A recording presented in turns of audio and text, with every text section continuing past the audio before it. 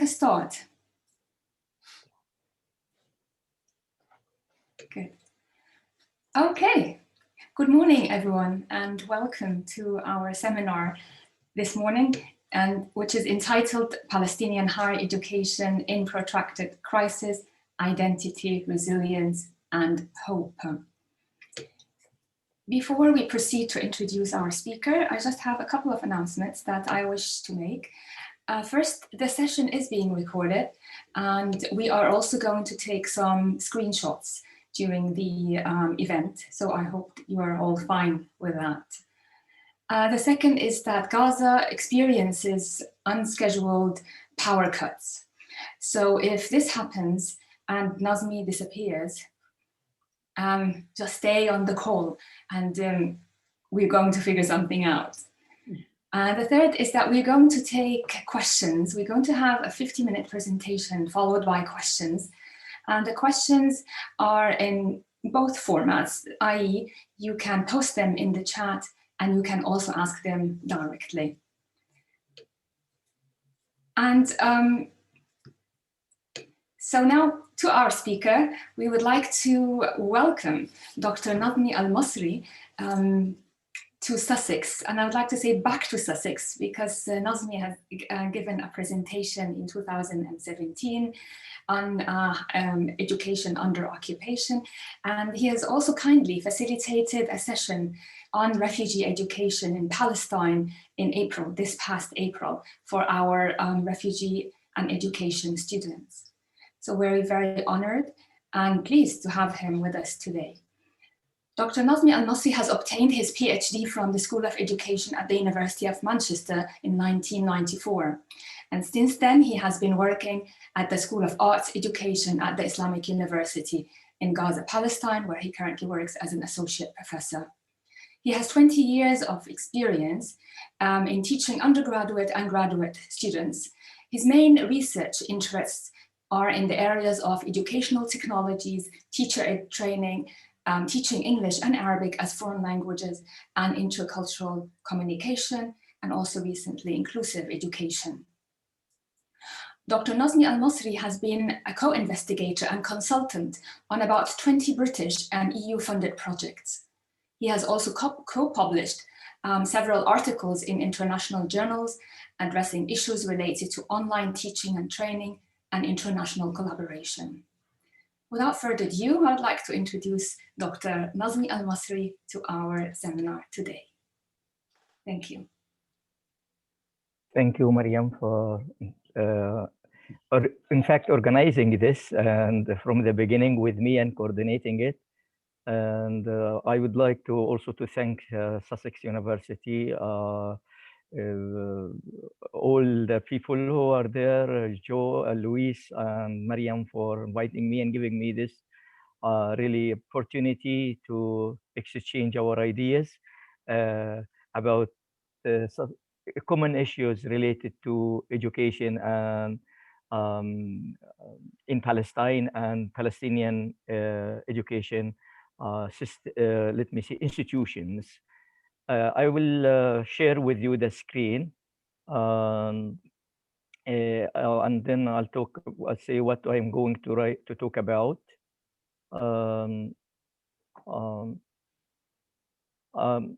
Okay. Okay, I will talk about 5 key points. The first one will be protracted crisis for body, heart, mind, and the spirit. We are humans, and every human has these 4 parts. So I will talk about them and how they are affected for academics and the students, and how these academics and the students and their families as well. I don't want to talk about only academics and the students, but also their families are always with them. If I suffer as an academic, my family suffers. If I'm happy, my family feels happy. And all of them are used also distressfully occupied.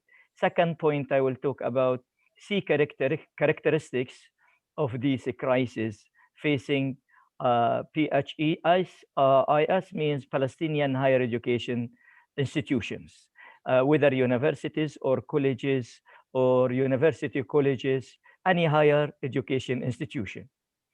And I will briefly talk about a three-word cause of a crisis, of this crisis. Only three words as a cause of this crisis facing Palestinian higher education institutions. And then again, on one slide, in three words, what is our aspiration in three words? Lastly, and this will talk about this maybe a bit longer, just sharing with you some success stories reflecting how identity, resilience, and hope are planted, grown, promoted by Palestinian higher education institutions. Let's me talk about first the first group of crises, which can be classified under mind, affecting our mind. I will, as you can see here, mind, the spirit, body, heart. But I started with mind, which affecting our mind, which means affecting our education system through forced academic isolation. We have been put for years under isolation, not during the 15-year siege imposed on Gaza, but even before, but in different forms, as we will see. Also, we suffer from physical destruction of infrastructures. And then we'll talk about physical and mental impact. I'm not Nazmi after the war. Who is Nazmi before the war? At least at this stage, at least for the last few days, I'm still, as well as I'm just talking about myself as one person, compared to other, I have a very strong resilience and I have a strong tolerance, but really the suffering that the Palestinians went through in Gaza this time, it really has a long-term psychological and mental impact. For this reason, I focused on as comprehensive understanding of every human being, as everyone has mind and the brain, everyone has body, everyone has heart and emotions and feelings, everybody has a spirit and will and determination and hope and so on. Let me discuss them one by one briefly. This forced academic isolation can be embodied through, and I mean it, every word I say it, I mean it, it is systematic policies and the practices, not only haphazard or randomly, no, it is really systematic, well-planned policies and the practices of prolonged closures, siege of occupied Palestinian territories and military checkpoints at the entry and exit points of most large Palestinian populated areas in Palestine, leading these very, very few impacts. And I like to express them in red with no, to emphasize that the list can go on and on. No free mobility or traveling locally or internationally. No exchange visits. No participation in local, regional, or international conference. We are deprived of this as a result of academic isolation. We cannot buy the equipment, the computers, the books we want to purchase or import to our universities. That's difficult. In order to buy, for example, a few computers, it might take us 5 to 6 or 9 months. And sometimes you never think of buying it because they are not allowed to be imported to Gaza, for example. Not attending lectures or meetings on time because of the checkpoints, because of the delay, and so on. Not knowing when to graduate. You can't plan. This is not only today. When I was a student at Birzeit University as an example.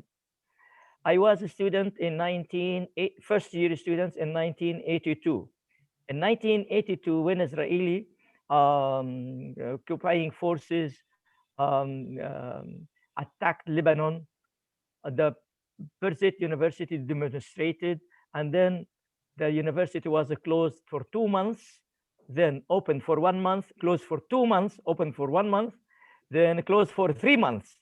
So in every statement, every student that time, still I have it on my certificate that the university was closed due to military authorities during these periods. And it's, for this reason, this semester took 15 months to finish one semester. 15 months. That was 40 years ago, and it's still going on. For this reason, it is systematic and really policies aiming at that. These are examples of mobility restriction.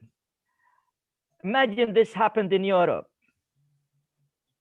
How Palestinians are confined. This is in the West Bank, not in Gaza. I'll show you in Gaza how they cross the checkpoints like this, and sometimes they have to wait hours and hours. They are going to work or going to university or going to their families or whatever reason, or hospitals even, including they can see the apartheid wall, how it separates houses from houses. This could be, these two houses could be for two brothers or two sisters, and now they cannot see each other or visit each other. Next is Gaza, almost the same. This is the corridor we have to go through when we are allowed to travel, when we are given an Israeli permit to cross the border. You have to go through this. Now, we're not allowed to study in the West Bank universities. I wish my sons to go and study where I studied, at Birzeit or Najah or Bethlehem University or Al-Quds University. It's impossible. No Palestinian from Gaza can study in the West Bank. Imagine you can go and study from Sussex to Essex to Sheffield to Manchester to Durham. You can't in your country. That's crazy. Again, some real photos of this. This is briefly, the story is very long. It's an epic story of how Palestinians really steadfasted on this. Second is physical destruction of buildings and labs, as had happened at IUG in previous wars. And even in this war, also IUG suffered some buildings, suffered some damages during when the Israeli warplanes attacked or bombed neighboring streets or neighboring buildings. But purchasing equipment, I mentioned that. And this also caused protracted and chronic problem in IUG, and almost all Palestinian budgets have deficit, and severe deficit, in fact. For example, we at IUG, as an example, haven't received our full salary for the last 7 years. We receive, and still we receive, between 40 to 50, maximum 60 sometimes %, but most of the time 40 to 50% of our salary, which is accumulating a lot of debt on the university. And also we are shouldering a lot of responsibility and suffering due to this budget. For example, when you receive just half of your salary for 7 years, and even when you receive it, you don't receive it regularly. For example, today is the 3rd of the month of June. We have no news about our salary. When it would be, when will we be informed that the salary, now you can go to the bank and receive your salary or cash your salary?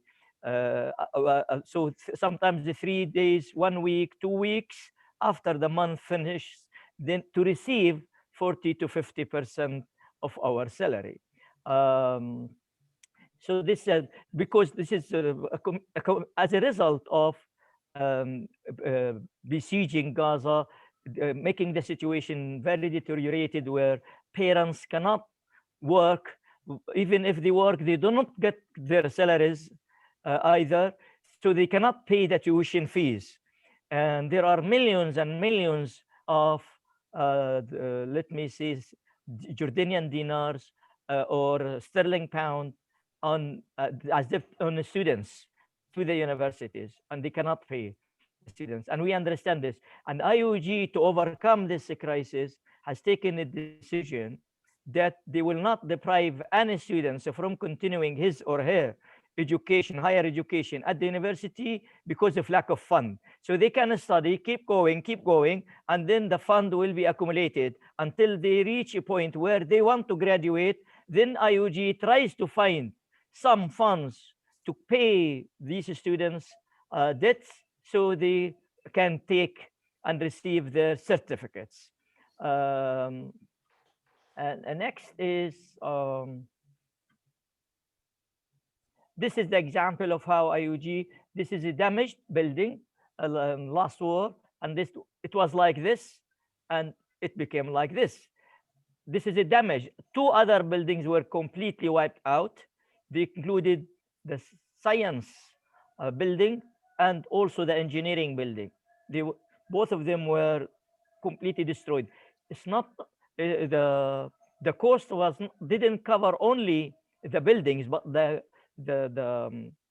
labs and the equipment and the devices available in these buildings were maybe triple the price or cost of the building.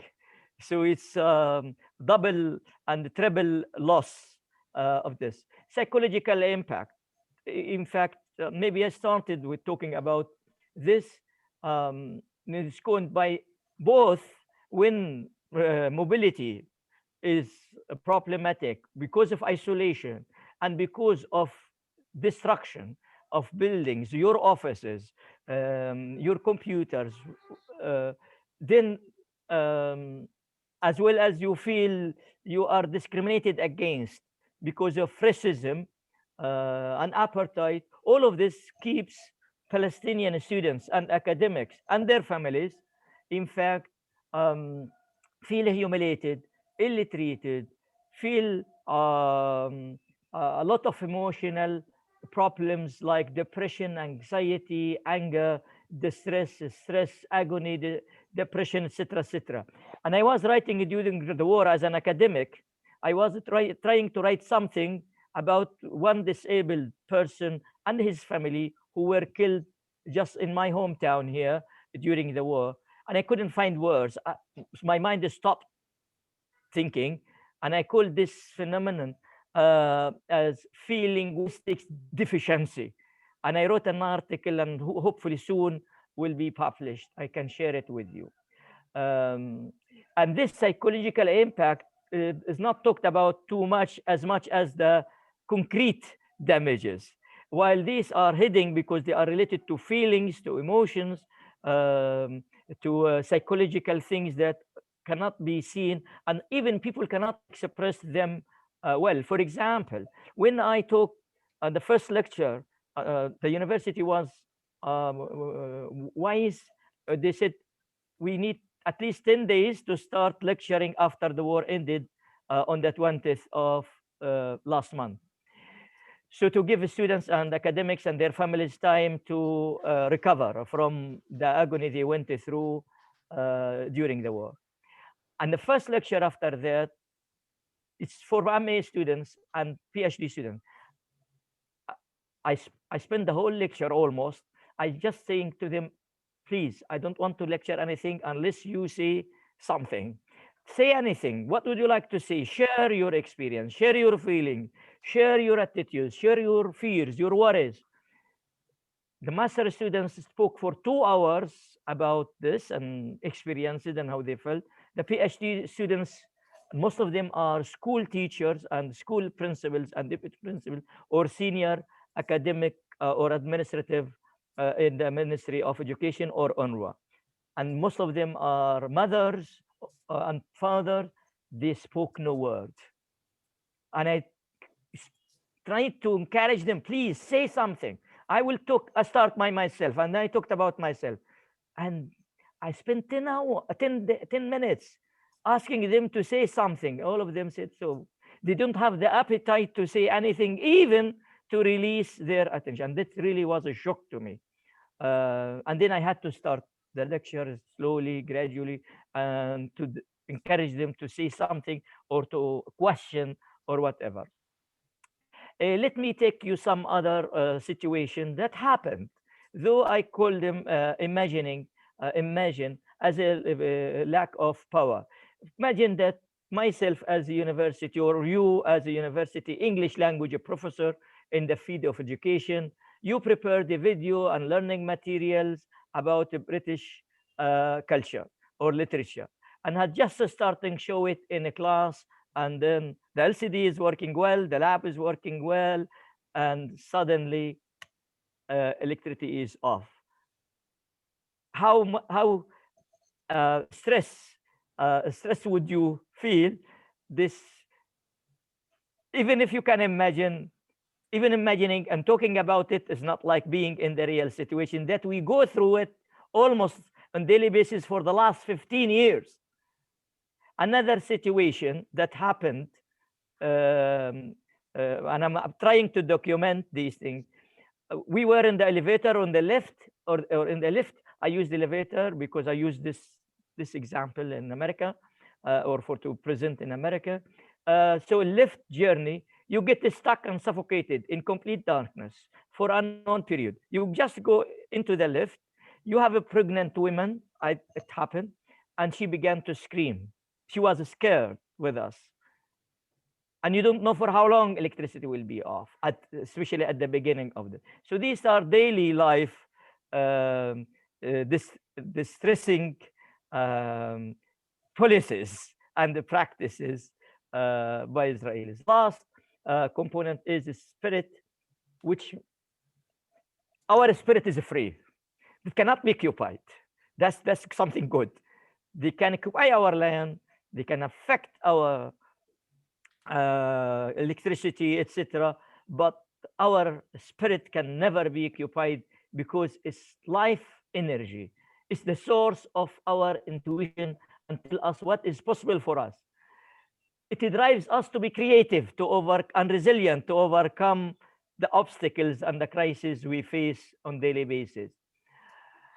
Is the most useful to us when we yearn to realize our potential. We know that we have no choice but to keep teaching and keep studying and keep our student education institutions working and functioning well. Next is now these. If we talk about these four components or types of, let me say, of a protracted crisis in general and briefly, they have 6 characteristics.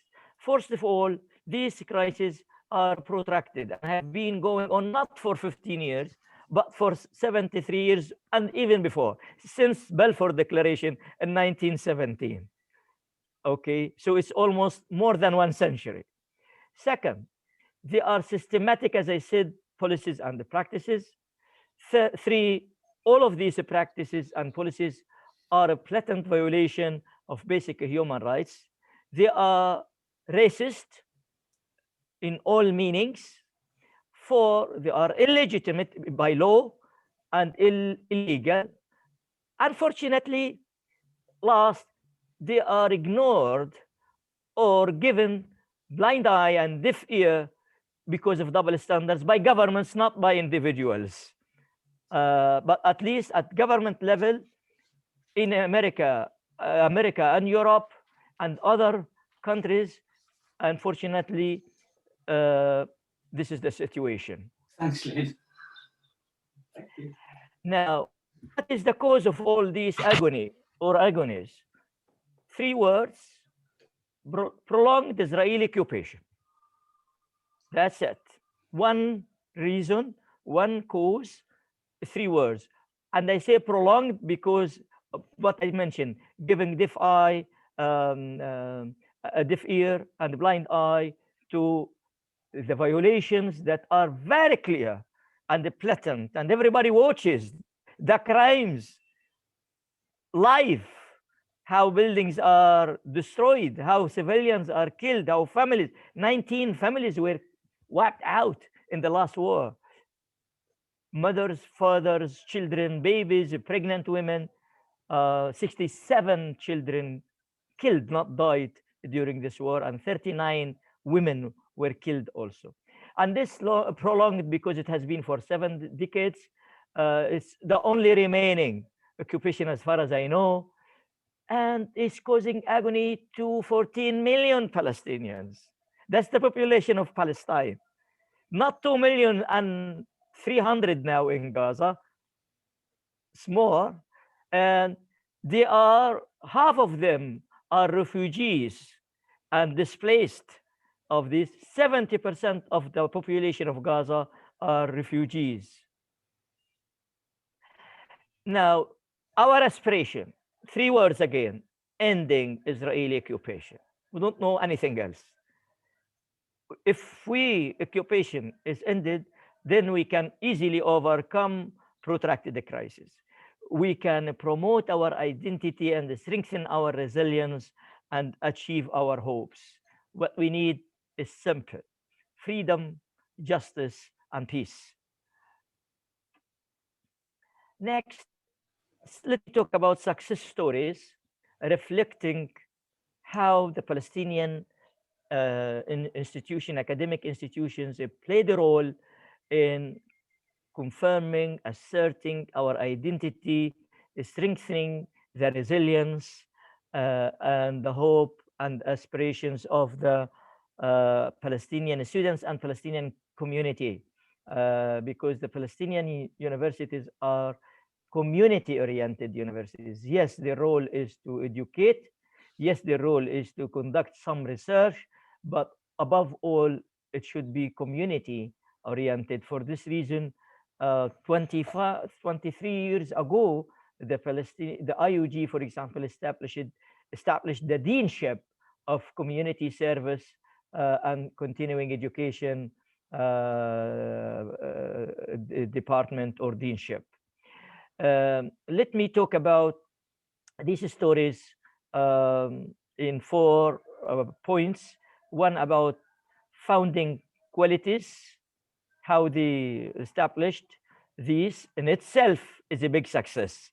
Establishing or founding Palestinian universities under occupation is really, as we will see. Let's go to it directly. Now, if we go to this, Palestinian education institutions faced these crises that we talked about in 4 groups, patiently, but not submissively, but creatively and resiliently. And I wish we could have longer time to mention some of the real examples, but I will mention as many as possible to show the success of the Palestinian universities. For example, the West Bank and Gaza and Jerusalem were occupied in 1967. In less than 15 years, a chain of 6 quality universities and other colleges were founded to produce competitive graduates in local, regional, international labor markets and to do their study. I am one of them. I graduated from Birzeit University in 1986 and then completed my study in Manchester. And I have collaborated with many British universities, including Sussex universities. So then in few years, first was Birzeit in 1972, which means 5 years after the Israeli occupying forces occupied the West Bank and Jerusalem and Gaza. 1 year later, Bethlehem University. 4 years later, Najah University. 1 year later, IUG and Al-Quds universities. And 4 years later, Hebron University. And you can see almost every major city in Gaza has a university under occupation. At that time, there were no ministry or nothing. It's just initiatives done by academic and Palestinian businessmen and academic and individual initiatives. And really, we had opportunity to start studying in Palestine. And it's not the founding of these universities that's the achievement. It's the long-term achievement. Let's see some of these achievements of these newly founded universities. Now they have become 53 Palestinian academic or Palestinian higher education institution serving those in these occupied territories, West Bank and Gaza, 5.5 million living in the West Bank and Gaza and Jerusalem. 8 universities, 18, sorry, should be, 18 universities and 17 university colleges and 18 two-year diploma colleges. So okay, I will correct it later. So it's 18 universities now in the West Bank and Gaza. All of them are accredited and reputable. What's the gains we got from these universities? One, they kept smooth, steadfast identity of tens of thousands of male and female students. Currently, there are more than 200,000 students, Palestinian students in the West Bank and Gaza are studying in Palestine. Where are they going to go if we don't have Palestinian universities? How they, even if they can join other universities, which is impossible for financial and social issues, especially for women, then they will not be able to be educated. So it's education as also identity, and you will see how.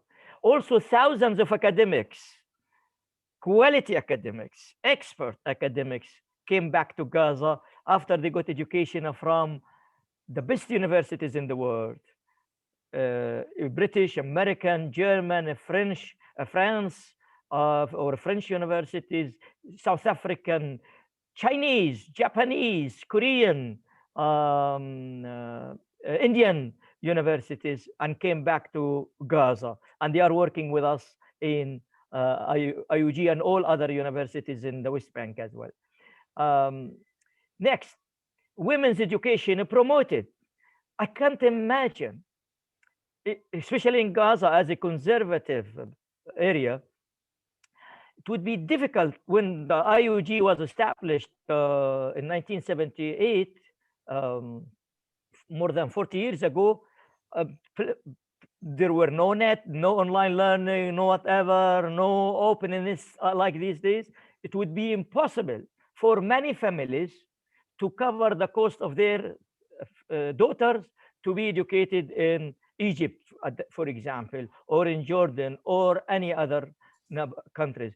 One, for financial reason, and second, for our social customs and traditions of families rejecting or refusing, for example, to educate their daughters.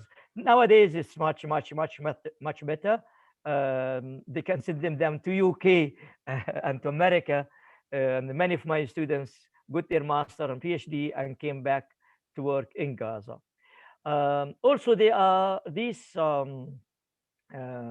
institutions or academic institutions asserted and they promoted our cultural identity. I became a Palestinian when I joined Birzeit University. I became more aware of my homeland, of my culture, of my identity, of my country, of my reality, of my context, through not lecturing or the curriculum, but through, I would say, the extracurricular activities done by the university and done by the student unions and the student themselves. So we as the Palestinians, we through these universities, we are saying to the whole world, especially to the Israelis, that we are here in our land and will be here forever. We do exist. We do exist. And we prove through these universities that our existence is occupied and repressed people and the humans. Why I'm saying we are going to prove this, or we proved this through these universities. Look at what the Israelis said, especially the founders of Israeli compared to the founders of the Palestinian University. These are quotations. Theodor Herzl, the founder of Zionism, advocated that Palestine is a land without people, or a people for a people without land. This is the fallacy and myth that many countries and many people believe. Palestine wasn't a desert, it was paradise. All sorts of fruit, all sorts of vegetables, all sorts of oranges, all sorts of trade were there. And my father, who passed away about 2.5 months ago, he used to tell me how Palestine was and how he used to travel to go to Jaffa, Acre, to Jerusalem, and to take fruit and vegetables from Gaza to the central market in Jerusalem or Jaffa using camels or trains. And then the fourth prime minister of Israel, Golda Meir, she said, there were no such thing. We are a thing to the Israelis as Palestinian. They didn't exist. Hello, I am here. I exist on my land. And our generation, and we have been existing here. And this was published in 2 newspapers. One is in the UK, the Times, and one in America, the New York Times. This is what she said. There was no such thing as Palestinians. They didn't exist. Hello, I am talking to my colleagues from Palestine in Essex. I'm talking to the whole world now through internet. Thanks technology for giving us this opportunity to say here, hello, we are here, we exist, we are human beings, we can talk, we can exchange ideas, we can learn, we can teach, and so on. Then David Ben-Gurion, the first prime minister, said about refugees, the old generation will die, the young will forget. And now it's proved this is a fallacy again, because the young now, the children or the grandchildren who are now more committed to resist oppression and the human rights violations in Palestine, not the elderly. And I think this is one of the reasons that the Israelis targeted children in every war. This war, if you take it by ratios or proportionally, we are 2 million in Palestine and 200 or so, which 66 children were killed in 11 days, which means 33 children killed for every million. If we say this is done to any country by population, a country which has, for example, I don't want to name any name, but let's say a country which has 50 or 60 million. So every million, 33. So 60 multiplied by 33 person, yani 3 children killed a day. Multiplied by 60 million, it means 18,000 children killed a day, and so on. Just imagine. So no wonder children, families, pregnant women, disabled were killed in wars in Palestine. So the old will die, the young will forget. This is another fallacy, another myth. Last thing is Haim Weizmann, a Zionist leader and Israeli statesman, said miraculous clearing of the land. I think he was mistaken in saying clearing.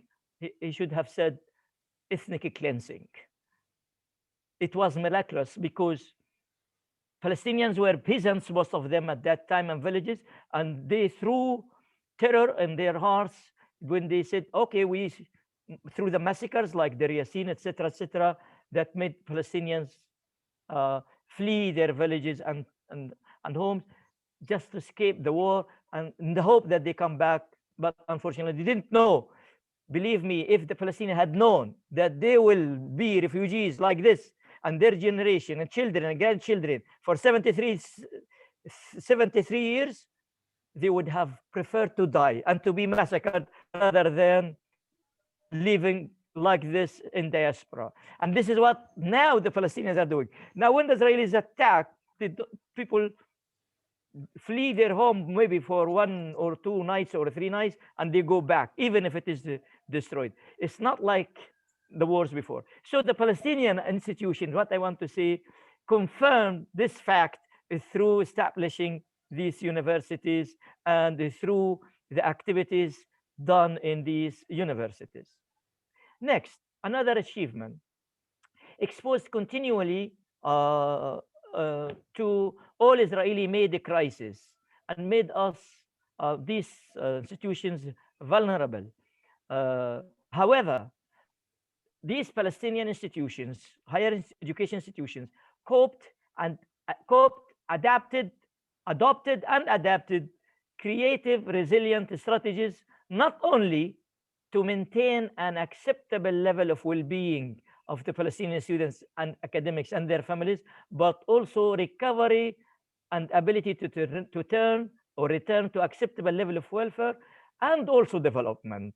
As I will see, I give you one example from IUG, because I am a witness from IUG and from Berzeit. So both, I'm saying my experiences about at least 2 universities, one I studied in and I work for.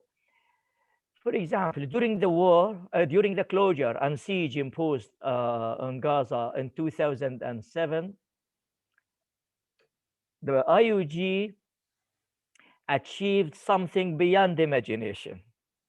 At the height of the siege, at that time, IUG had, in 2007, IUG had only 2 international projects with European partners.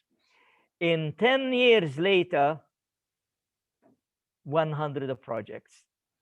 During the height of the the siege, with 120 or more EU and international academic and research institutions, and it's more than that. For example, IUG achieved a lot of many partnership as a result of EU funding programs at the time of Tempus, Erasmus Mundus, Erasmus Plus, FP7, Horizon 2020. Also, IUG has partnership with several British universities, good fund from AHRC, Arts and Humanities Research Council, GSRF, and other British donors who supported research or mobility or capacity building. Its collaboration with Glasgow, with Manchester, with Sussex, with several Durham University and other British universities. And these programs and these projects covered or discussed global issues like gender, disability, environment, unemployment, quality, higher education, technology, languages and culture, arts, online learning, etc. To overcome the problem of, even before the siege, before 2005, Gaza was divided into 3 parts when the Israeli occupying and the settlements were in Gaza. Gaza was divided in Gaza Strip, 44 kilometers length, was divided into 3 areas: south, middle, and north. Now, students and academics couldn't come from the south or the middle area to the main campus in the north. IUG established 2 campuses, one in the middle area and one in the south, so students and academics can study there. We rented some buildings and used different flexible strategies to keep teaching on, and we kept it without losing any semester. Even the summer courses were given, which are not always optional. We gave summer courses a lot, and I have many examples about these success stories. Also, Palestinians embraced education. To us, education is a rope of hope. To us, education is the only thing left to us, as our land is confiscated.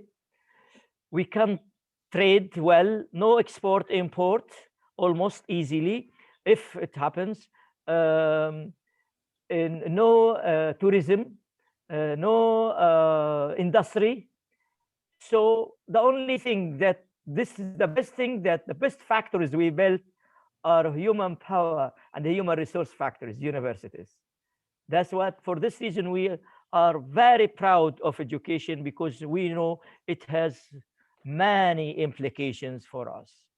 Graduated many students who are working, engineers, doctors, scientists, teachers, nurses, IT experts, and all jobs, not only in Palestine, but all over the world, including UK. Some of our graduates are now professors in several British universities, and I know some of them. Some of them were my students, and some of them were my colleagues and at the university, and now they are professors in several universities, including, I don't want to name, including several British prominent universities. Okay, next, Palestinian discourse. Education assumed an almost mythical character. As Graham Brown said, it came to be seen as one of the few sources of Palestinian pride, as I said, and as a central element to the Palestinian identity. So when I come to work anywhere or to study anywhere, as a human being, I say, hello, I am Palestinian. And everybody like that. So I'm Palestinian. I graduated from Birzeit University. Okay. Education served Palestinians as peaceful defense against national and cultural annihilation, and against Israeli denial of our very existence, and against the threats reduce it to mere physical existence. They are Arabs, not Palestinians. They are Arabs. Because why are they Arabs? It has a connotation after that. It means you don't belong to this land. There is no thing called Palestine or Palestinian. So you can go and live in one of the 22 Arab countries. So you are Arab, so go there, not Palestinian. And that, okay, next, this means that they are stripping the opportunity for cultural, scientific, or political expression that has described as ethnocide or politicide, and education side, school side, and so on. Questions. Does violating basic human rights to education serve the long-term security of Israel itself? Patience has limits, and if one generation may tolerate, another generation may not tolerate, may revolt, as it happens in history. They will resist. This happened in all nations. All nations, all peoples, all over history, in all countries, revolted, resisted oppression and occupations. Second, does bombing universities and imposing siege make educational scene in Palestine more conducive to promoting peace? It is hoped that the international community, including academics, journalists, writers, lawyers, linguists, educators, scientists, artists, athletes, students, and all humans, regardless of any man-made differences can listen to the peaceful voice of Palestinian academics and the students, read more about the Palestinian narrative, support all actions that bring justice and peace to all refugees, displaced, vulnerable, repressed humans, including Palestine. Let us cooperate all to plant many seeds of actions to grow more trees of justice and peace, so we can all as humans sit under the shade of these trees and we all pleasantly enjoy eating its sweet fruit.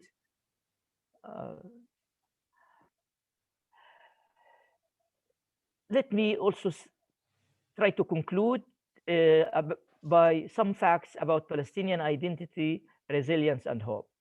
Occupation can weaken education quality, but can never kill spirit or resilience.